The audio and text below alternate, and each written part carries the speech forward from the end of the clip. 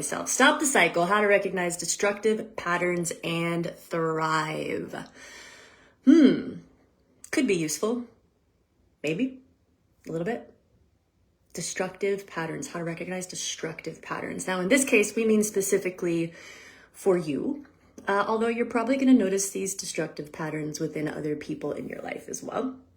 So would it be useful to recognize how you're showing up in particular relationships, within groups, how you're showing up, and therefore how it's impacting some of the relationships and results that you're having in those situations? Would that be useful? Have you ever noticed that sometimes you have this pattern of how things go with you and 1, 2, or 3 other people, where like you always kind of play this role, and then it kind of kicks off this person playing this role and kind of kicks off this person playing this role, and you guys just kind of tend to have this like way of being with each other, positively or not, right? I think of my family, my sister and my dad and I definitely used to have a very specific pattern of how we interacted with each other, very much so.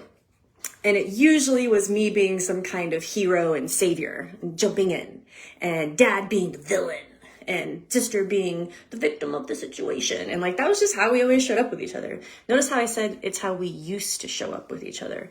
We've learned a lot about ourselves. We've learned tactics and skills and other ways to not always show up that way with each other. In business, it's definitely a beautiful thing to know how you're showing up, how your thought processes are happening, and how you're perceiving people, how you're hearing people, how you're speaking to people, and the impact that's having when you're in business as well, with your kids, in your romantic relationship, with yourself. There are so many ways that we utilize what we're going to talk about today in terms of who you're being in the world, who you be, how you be. Right. So again, I had all these fantastic like images and things to give you the visuals as we go, but I don't. So we're just going to keep moving. But some of you may have heard of something called the drama triangle, or Karpman's drama triangle, or for my friends out there who have done the Condor approach, you may have heard it as the oppression trap triangle. That's kind of what we're going to talk about. That's even kind of, that is what we're going to talk about today.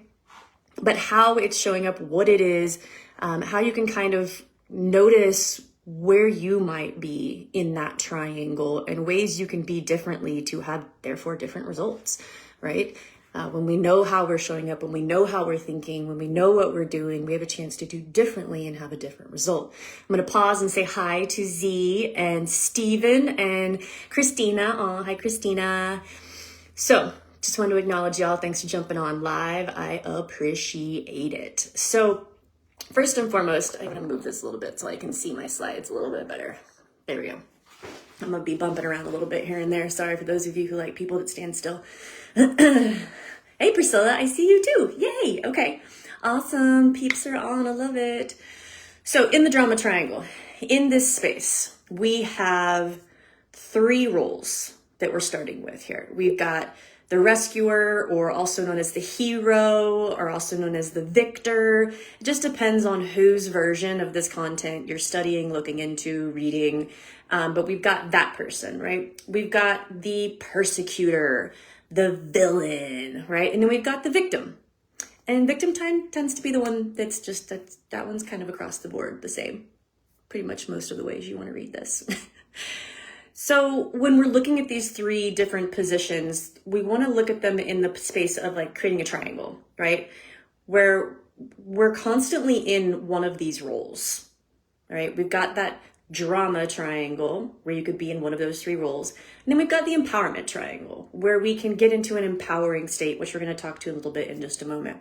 So I kind of want to give you some ideas of what does that even mean, right? The rescuer, the hero, the victor. I mean, what do you even think that would mean? Just imagine how you might show up in relationships, usually a group of 3, but can definitely be 2.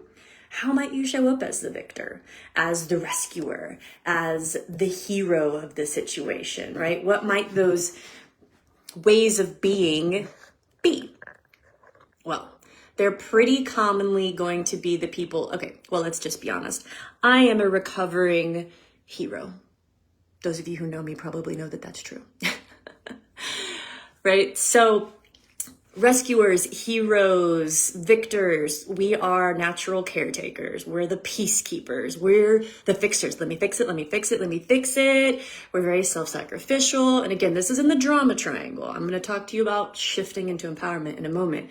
But when we're in the drama version of being the rescuer, the hero, right, then we are in these places. Fixer, self-sacrificial, we enable, we tend to come off as like the savior of the situation. But we're also like people pleasers. We tend to be the mediator. We're the protectors. So those are some pretty common like words around a rescuer or hero drama role.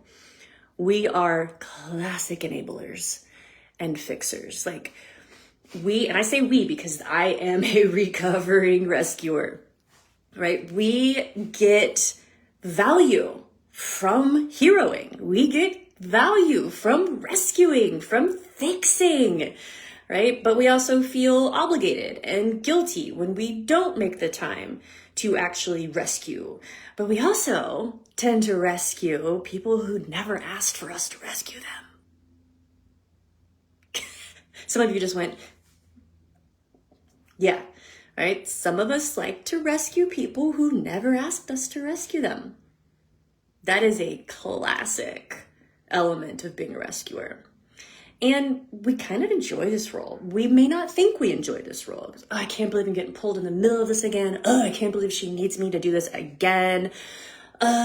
But really, we kind of like it. We tend to get value from it, being needed.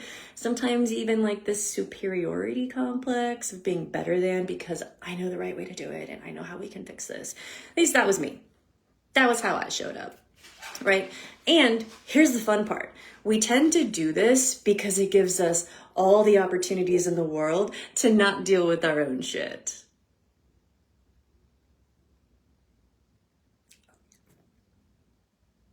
Yeah, recovering rescuer. Totally fucking true. So you may be resonating with this. It may be making sense. You may be seeing like, oh yeah, I do that sometimes. And that's okay. This is awareness, all right? So as I'm going through all of these and you're catching like, ooh, I do that. Or those of you who are a little more dissociated, a little bit not really in tune with what's up, you might be going, oh, it's totally my dad.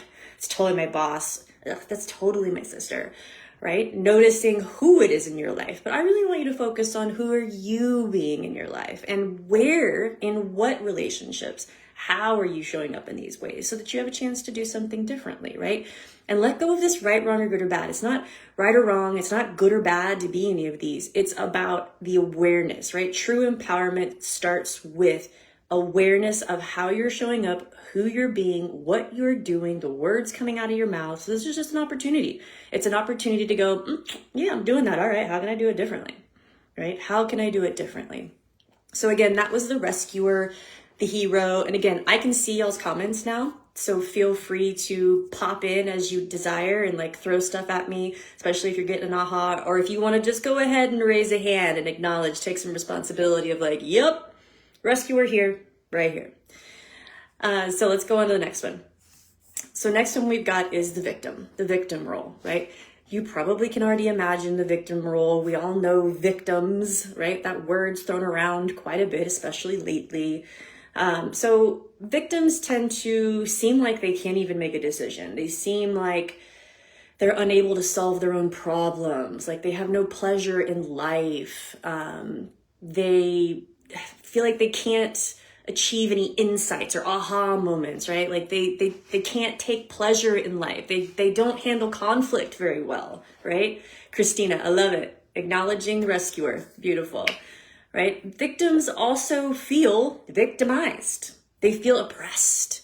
They feel helpless. They feel powerless. They feel ashamed sometimes, right?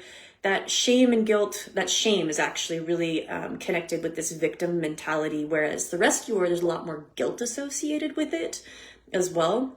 Tracy, recovering rescuer here, roll call. I love this. Thanks for popping in, you guys.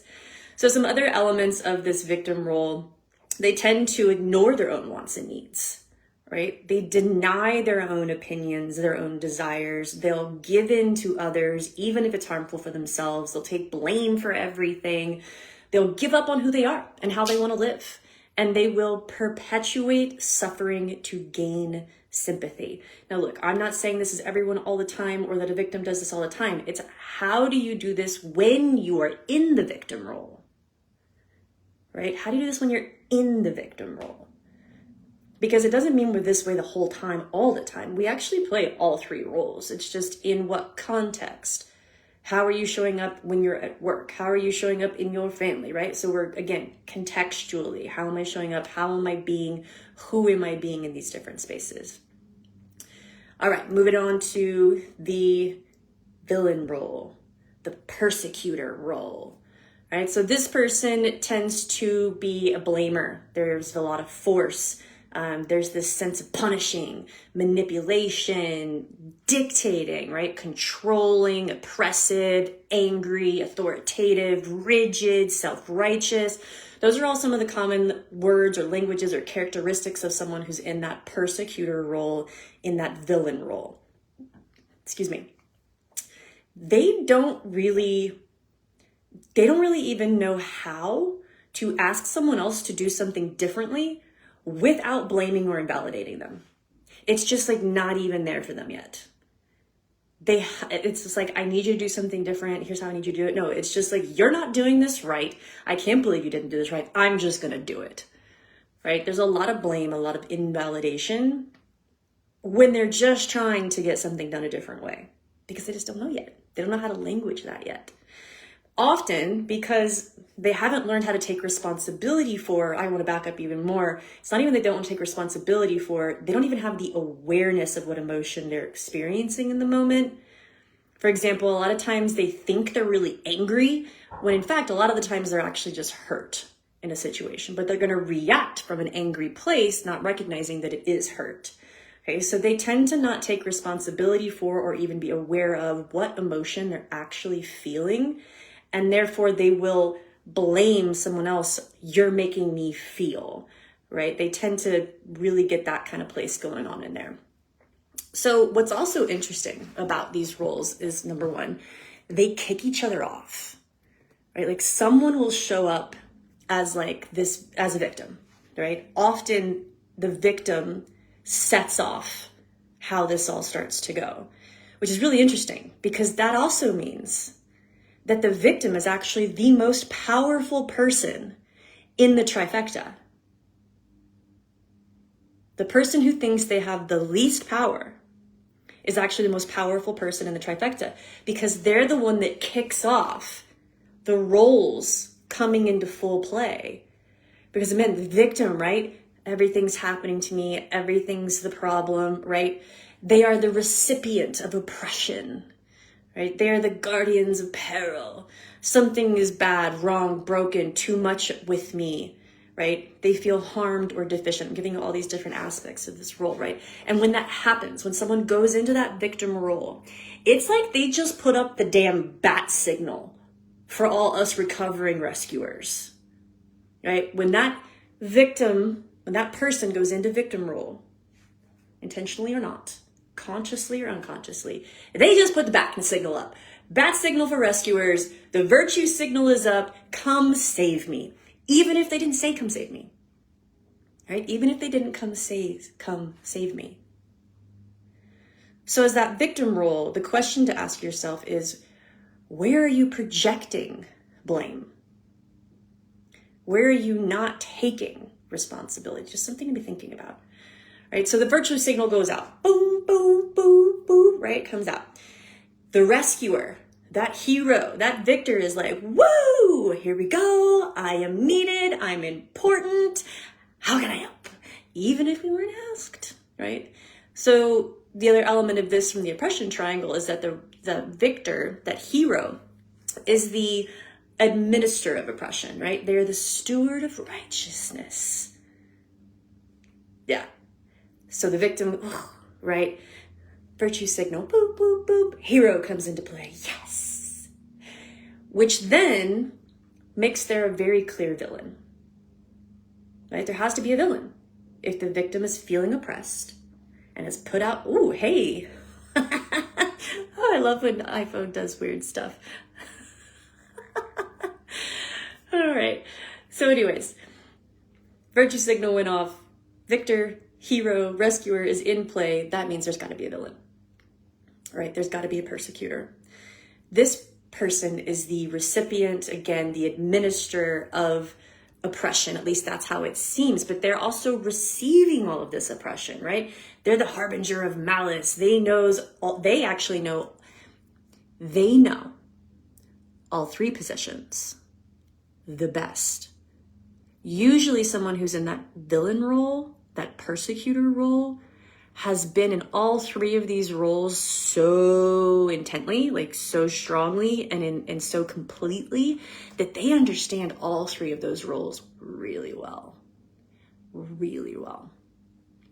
So it's really sometimes a challenging space to get out of when you've gotten into the villain or persecutor role, because you know how it all goes. And again, this is often happening out of your awareness, by the way. The goal is to bring it to your awareness. They tend to, though, also perceive themselves as the harbinger of harm and the source of negativity, which they really don't actually like. So, those are some ideas around what these roles are, right? What's happening in each one of these spaces when this is going on. And I'm curious, with just a yes, I got it, a hand raise, an emoji, where are you seeing this? Are you seeing how this is happening in relationships all over your life? Does this make sense? How as soon as you or so-and-so go into blank role, the rest of the roles, boom, just kick right in, like clockwork. Like, I'd love to know if this is not making sense. Like, make sure I know if this is not making sense. Because to me, when I saw this, I'm like, I can see this everywhere. What's interesting is we're talking about this from a relational standpoint, typically with you and two other people, but I want you to consider that this happens organizationally, like in a company. This also happens at a government level. This also happens between like cities, countries, across the world. Like, it can get bigger and bigger and bigger and bigger. I mean, goodness gracious, just look at society right now, y'all. How are the different roles kicking off politically in society? I mean, goodness gracious, it's everywhere. I'm gonna pause because Christina just made a little comment here. Christina has been with me off and on for years. She said, I've heard you explain this numerous times, and today was the day I'm finally seeing myself in these roles. Before, it was only the people that I knew. Totally fair, girl. It happens all the time. What a beautiful place to be in, that now you can see where you are in these roles so that you can do something differently. Fantastic. All right, I'm running out of time, so I'm going to move on here. So we are transitioning, right? The whole goal here is to know where I'm at so I can transition out of it. So, recovering hero. How do I transition? I want to transition into being the coach. Weird. I am a coach, although I don't really love the word coach anymore. Looking more at like guide, mentor, activator. We'll see. Side note. So, if I want to transition into the coach, out of the rescuer, out of hero, I got to stop participating in the merry-go-round, right? I've got to stop arguing and getting involved in these interactions of interplay, right? And I got to stop worrying about what the other person will do next and let them have freaking control of their own life and their own results. And that can be scary sometimes. Are they going to do the right thing? Are they going to do what they should do? Who are we to say that we know? We don't. It is their life. Let them figure that shit out. Get out of it. You can support them. You can coach them through it. But stop telling them what to do. Stop trying to get involved. Your worth and your value is not from how much you save people, ex-rescuers and heroes. Give them a fish or teach them how to fish. How about we start teaching them how to fish? Our life gets a lot easier. We still have so much value. We just don't have so much heaviness and so much expected of us. So we got to stop expecting other people to show up and fill these needs that we have around those places and find other ways to meet those needs. What else do I got over here? Yeah, so we have to make changes in how we interact, right? By making choices, by taking actions that work better for us specifically, that also support others without us walking all over our own stuff. And it's not a discussion, and it's not an announcement of like, I'm no longer gonna do this for you. This has been this, and no, you just start doing it. I laughed my ass off when I read that part of this because I was like, I totally would have been someone to make sure I go announce that I'm no longer going to be in that role. Let me go have a conversation with you. I am no longer, and I was like, goodness gracious. No, you just start doing. You just start doing. So we have to start choosing new actions and noticing when we are purposefully in that role of caretaker, fixer, saver. Here's the thing that's funny to me. Most people have no fucking interest in you saving them.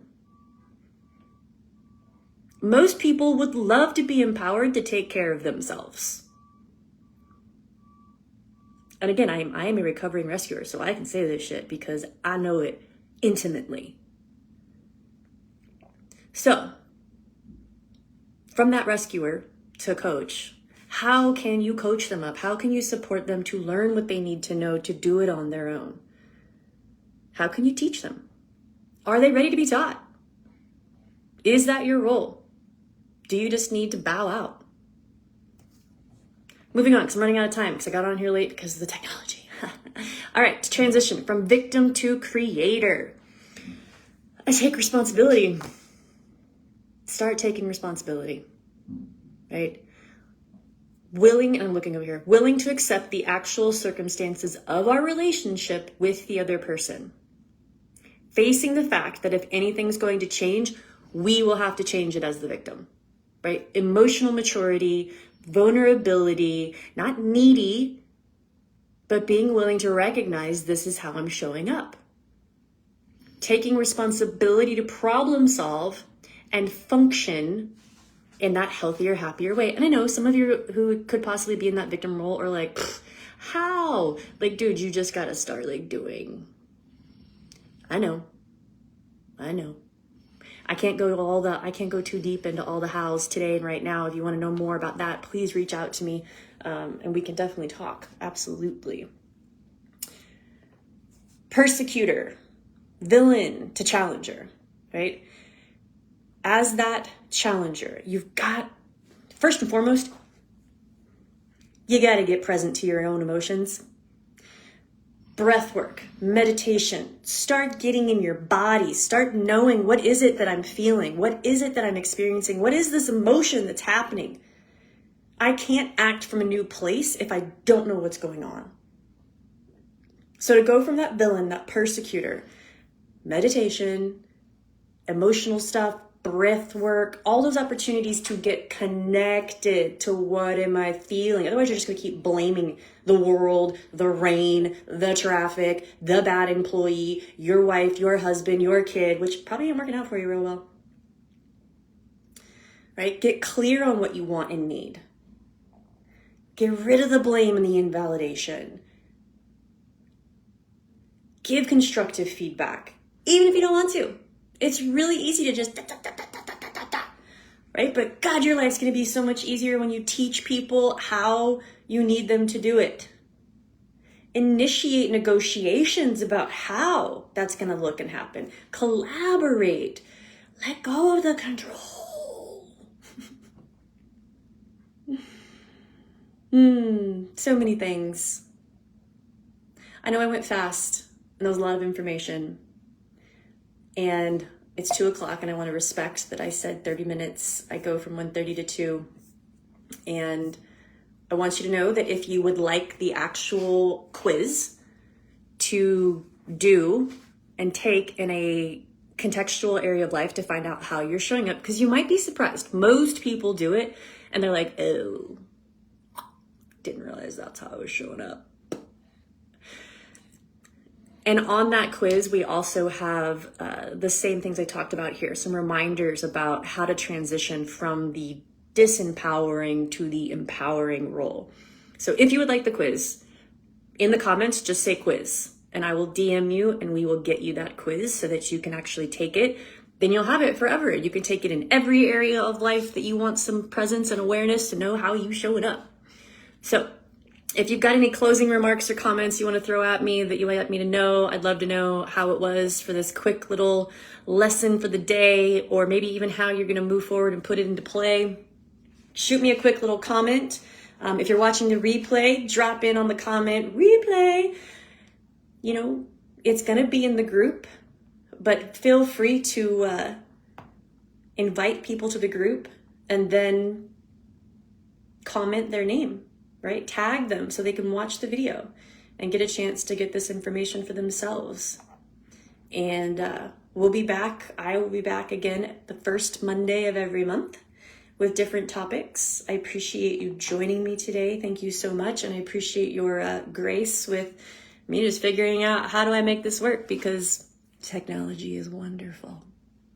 I have a fantastic Monday, a wonderful month. Christina, I see you with the quiz. I will send it to you. And yeah, thanks guys.